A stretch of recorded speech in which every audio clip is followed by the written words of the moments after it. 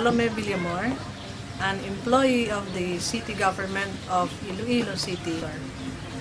This project was started last 2005 when the city government was planning to rehabilitate and develop the existing disposal facility.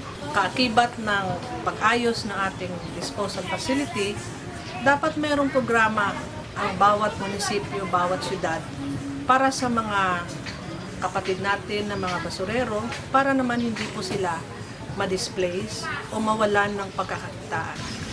Nagtipon-tipon ang mga taga-LGU, ang mga NGOs, people's organization, civic group dito sa Iloilo sa paggawa ng programa para sa ating mga kapatid dito sa Kalahunan. Pero paano ito ginawa? Dahil ang ating mga kasamahan dito, ang ating mga kapatid na mga basurero dito, wala po silang natapos or more than kalahati sa kanila, wala pong natapos, hanggang high school lang po sila. Yung iba hindi pa natapos yung high school. Through networking, through text, kahit na po sa Facebook, naghanap kami ng tulong dito man po sa lokal, nasyonal, at saka kahit na po yung mga international nating mga kaibigan.